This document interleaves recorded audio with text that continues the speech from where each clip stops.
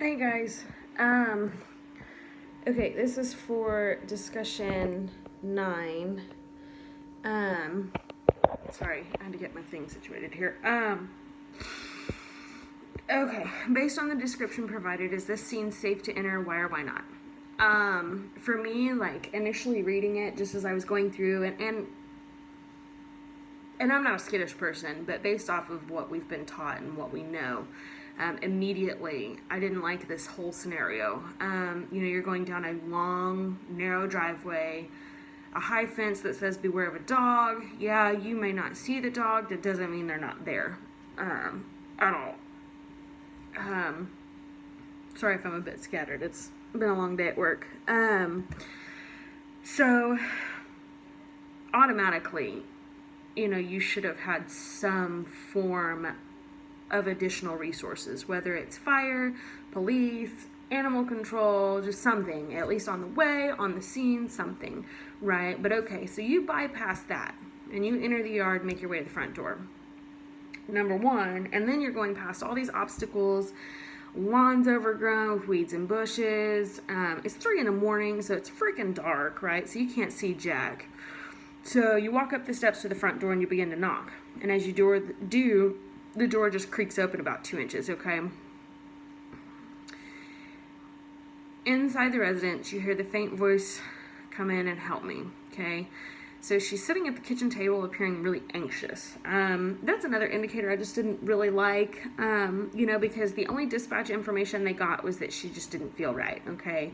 So we all know that there's sometimes when people call in for help and they don't give a lot of information because they could have an attacker, they could have somebody holding them there, they could have somebody pressuring them to call somebody, anything like that. And those were my initial thoughts with that, right? Then you're getting, and now you've bypassed that, right? You've gone ahead and gone in, she's anxious, right? And it doesn't say anything about, your partner continues to survey the surroundings, all that good stuff. So you're doing your assessment, everything looks good. And then it mentions again that she's obviously anxious, okay? So it feels really off to me. I wouldn't have gone in from the get-go, right? But it put me off. So she has an upset stomach, slight headache, yada yada. To me, I didn't feel it was, granted, they got there, nothing happened, right? But I would have wanted somebody else there as well.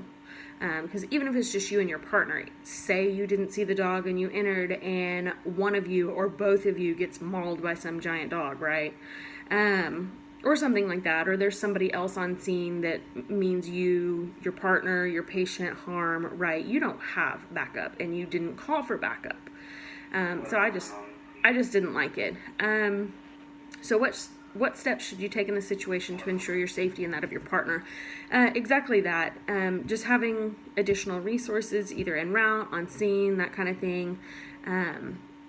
Also letting dispatch know. You could totally do that. I know that we've gone on calls before, and if you haven't touched base within a certain amount of time with dispatch, they call to check in on you, which is fabulous.